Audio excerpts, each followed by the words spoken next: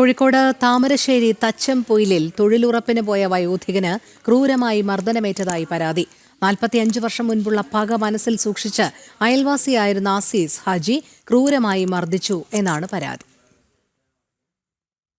45 വർഷം മുമ്പ് മൊയ്തീൻ കോയയും അന്ന് അയൽപ്പക്കത്ത് താമസിച്ച അസീസ് ഹാജിയും തമ്മിൽ അതിർത്തി തർക്കമുണ്ടായിരുന്നു. അന്ന് നാട്ടുകാർ ഇടപെട്ടാണ് തർക്കം പരിഹരിച്ചത്. പിന്നീട് അസീസ് ഹാജി മറ്റൊരിടത്തേക്ക് താമസം മാറുകയും ചെയ്തു.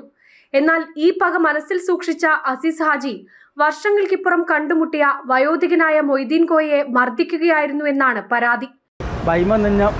എങ്ങോട്ട് വരിയെന്ന് പറഞ്ഞ് വിളിച്ച് അപ്പം ഞാൻ വിചാരിച്ച് ഓല കൂട്ടത്തിൽ പണിയെടുക്കാൻ അന്നെ വിളിക്കുന്നതെന്ന്.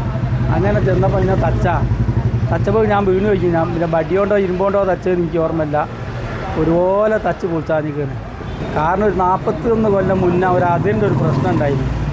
അതന്ന് തീർത്തതാണ്. നാട്ടുകാരണവന്മാരൊക്കെ കൂടി 10 ലോഡ് കല്ലിറക്കി ഇന്നെ കൊണ്ട് കെട്ടിച്ചതാണ്. അത് അങ്ങനെ അന്ന് തീർത്തതാണ്. അതാണ് കാരണം, അതല്ലാണ്ട് വേറൊരു കാരണമൊന്നുമില്ല. തൊഴിലുറപ്പിനായി പോകുന്ന വഴിയിൽ വെച്ചായിരുന്നു വയോധികന് മർദ്ദനമേറ്റത്. നിലത്ത് വീണ മൊയ്തീൻ കോയയെ വടിയുപയോഗിച്ചു ക്രൂരമായി മർദ്ദിച്ചു. ബഹളം കേട്ട് ഓടിയെത്തിയ സ്ത്രീകൾ ഉൾപ്പെടെയുള്ള മറ്റു തൊഴിലാളികളാണ് ഇരുവരെയും പിടിച്ചു മാറ്റിയത്.